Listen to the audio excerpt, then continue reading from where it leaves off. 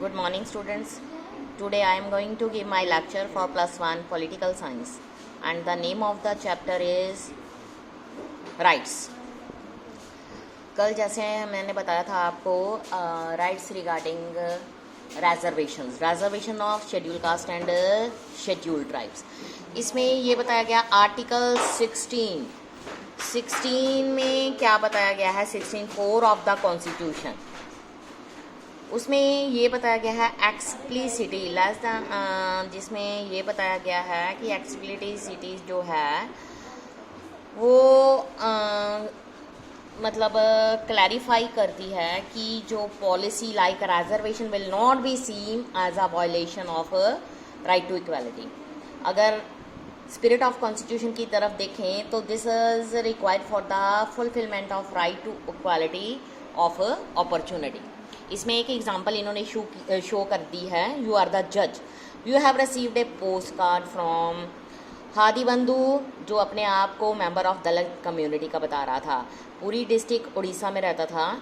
Man from this community refuse to follow a custom, एक custom को फॉलो करने से उन्होंने मना कर दिया, जिसमें ये था कि wash the feet of groom and guest of the upper caste during the marriage ceremonies.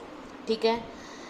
Revenge में क्या हुआ, 4 वुमेन फ्रॉम दिस कम्युनिटी जो थी उनको मारा गया और कुछ को परेड नेकेड परेड करवाई गई. इस पोस्ट कार्ड में राइटर ने ये कहा कि हमारे जो चिल्ड्रन हैं एजुकेटेड हैं और वो इस तरह से जो कस्टमरी जॉब हैं उनको करने के लिए विलिंग नहीं हैं, जैसे washing the feet of upper caste man, clear the left covers clear the leftover after the marriage feast and wash the utensils.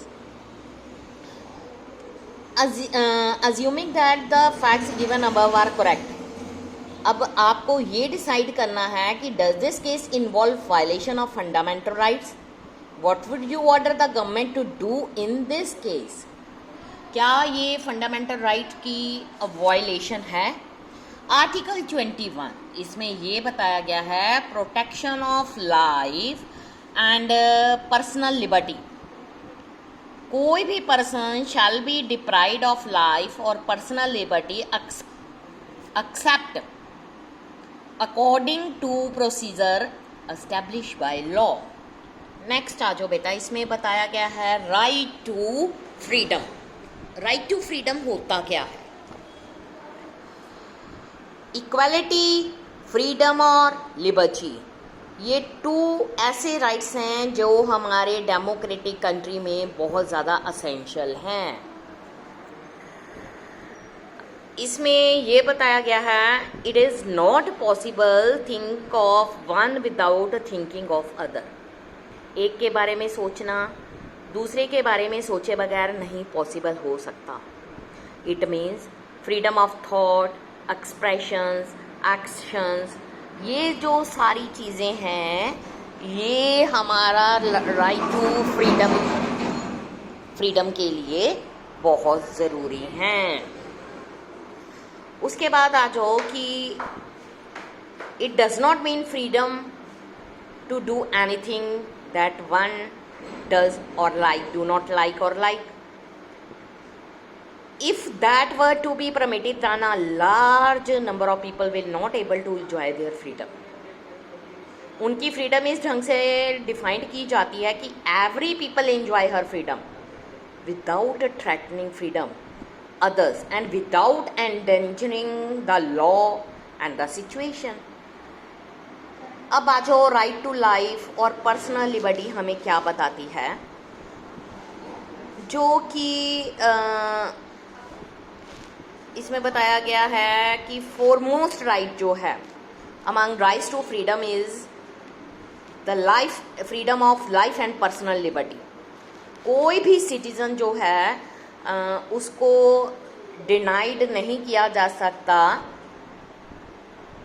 क्योंकि जो भी प्रोसीजर्स हमें दिए गए हैं जिसमें लॉज बताए गए हैं, कोई भी किसी को डिनाइड नहीं कर सकता उसकी पर्सनल लिबर्टी में. इसका मतलब क्या हुआ? No one can be arrested without being told the grounds for such an arrest. ठीक है, उसके अलावा if arrested the person has the right to defend himself by a lawyer of his own choice. It is also mandatory for the police to take the person nearest magistrate within 24 hours. ठीक है, 24 our के बीच में उसको magistrate के पास लेके जाना पड़ेगा। Magistrate जो पुलिस का एक पार्ट नहीं है, वो डिसाइड करता है कि जो जिस भी पर्सन को पकड़ा गया है ये जस्टिफाइड है कि नहीं है। ये जो राइट है is not just confined to a guarantee against taking away of individuals life, but has क्या होता है वाइडर एप्लीकेशन। बहुत सारी जजमेंट ऑफ सुप्रीम कोर्ट्स जो है एक्सपेंड की गई है इसके अकॉर्डिंग, राइट के स्कोप के अकॉर्डिंग। अब अगर हम सुप्रीम कोर्ट की बात करते हैं, मैं इसमें ये बताया गया है कि जो सुप्रीम कोर्ट है वो रूल चलाती है कि this right also include right to live with human dignity free from exploitation. जो कोर्ट है उसने हेल्ड किया है कि right to shelter and livelihood is also included the right to life, क्योंकि कोई भी पर्सन जो है वो मीन्स ऑफ लिविंग के बगैर नहीं रह सकता। द मीन्स ऑफ लाइवलीहुड बहुत ज़्यादा ज़रूरी है। प्रिवेंटिव डिटेंशन क्या होती है? एक पर्सन को अरेस्ट किया जाता है after or he or she is reportedly committed some offence, अगर वो अपने क्राइम को एक्सेप्ट कर ले। लेकिन फिर भी कुछ एक्सेप्शंस होती हैं, कई बार पर्सन को अरेस्ट किया जाता है, इसमें ये बताया जाता है कि जिस पर्सन को अरेस्ट किया गया है out of an apprehensive some मतलब होता है कि उसको that he or she is likely to engage in unlawful activity and imprisoned or sometime without following the above mentioned procedure। क्या होता है प्रिवेंटिव डिटेंशन का मतलब क्या होता है? इफ द गवर्नमेंट जो है क्या करती है, अगर गवर्नमेंट फील करती है कि जिस पर्सन को लॉ का थ्रेट होता है in order to the peace and security of the nation, it can detain or arrest that person. अगर किसी भी पर्सन से लगता है डर कि उसकी इंडिया के नेशन, इंडिया को उसकी सिक्योरिटी की, उस पर्सन से हमें डर है कि वो कुछ भी कर सकता है, तो पुलिस का पूरा राइट है उस पर्सन को अरेस्ट कर सकती है। प्रिवेंटिव डिटेंशन जो है extended only for 3 months। After 3 months such a case is brought before an advisory board for review. सिर्फ 3 महीने के लिए, उसके बाद इसको एडवाइजरी बोर्ड के सामने लाया जाता है ताकि इस पर दोबारा रिव्यू किया जा सके। प्रिवेंटिव डिटेंशन जो वो एक देखता है कि इफेक्टिव टूल है गवर्नमेंट के हैंड में है, जिसमें कि एंटी सोशल एलिमेंट्स और सुपरवाइजर्स वगैरह की पूरी एडवाइजरी की जाती है। जो ये प्रोविज़न है ऑफन इसका मिसयूज़ भी किया जा रहा है गवर्नमेंट की तरफ से। बहुत सारे लोग ये सोचते हैं कि ये ग्रेटर सेफगार्ड है, इसलिए इसका मिसयूज़ लोगों के अगेंस्ट हमें नहीं करना चाहिए। Rather than that which are really justified, उसी की तरफ देखना चाहिए। There is a clear tension between right to life and personal liberty and the provision or preventive detention. Other freedoms कौन कौन से होते हैं? There are some other rights also.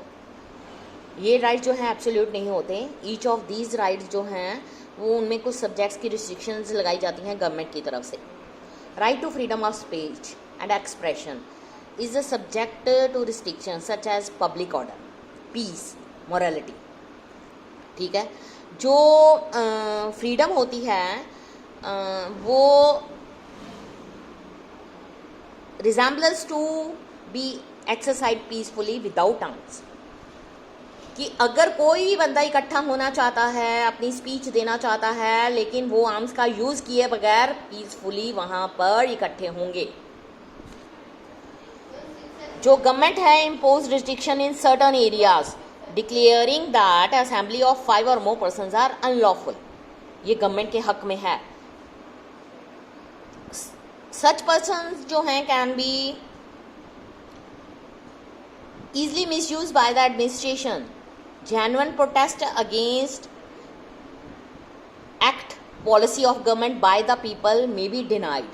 ठीक है, कई बार गवर्नमेंट कोई लॉ पास कर देती है जो लोगों को पसंद नहीं है, तो इसके लिए लोग क्या करते हैं, इसको प्रोटेक्ट करते हैं। ठीक है, बिना परमिशन के वो गैदर हो जाते हैं। जो पीपल अवेयर हैं या विजिलेंट हैं, ठीक है, रीजन में अपनी राइट्स के according choose the protest against such acts. ठीक है, एडमिनिस्ट्रेशन सच मिसयूज जो है become rare.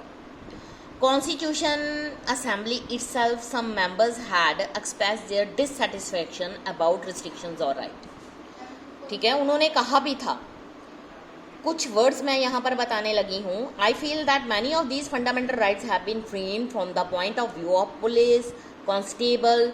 You will find that very minimum rights have been considered and are almost invariably followed by proviso. Every article is followed by a proviso which takes away the right almost completely.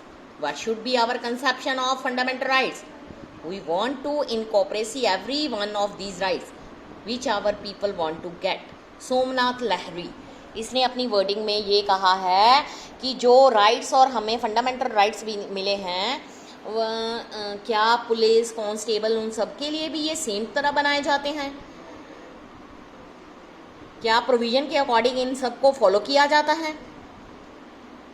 क्या जो हमारे constitution में दिया गया है उसके according हम काम कर रहे हैं? जो ये राइट्स हैं हमारे साथ कोऑपरेट कर रहे हैं या इनकोऑपरेट हैं? ठीक है, ये कुछ वर्डिंग्स में इसको पुट अप किया गया था, जिसके अकॉर्डिंग ये कहा गया था जो कॉन्स्टिट्यूशन में हमारे राइट्स दिए गए हैं उनको कुछ लिमिट्स के अकॉर्डिंग हमें मानना पड़ेगा। अगर उस लिमिट्स को तोड़ा गया तो ये लॉ है कि उस बंदे को अरेस्ट भी कर लिया जाएगा। Thank you student.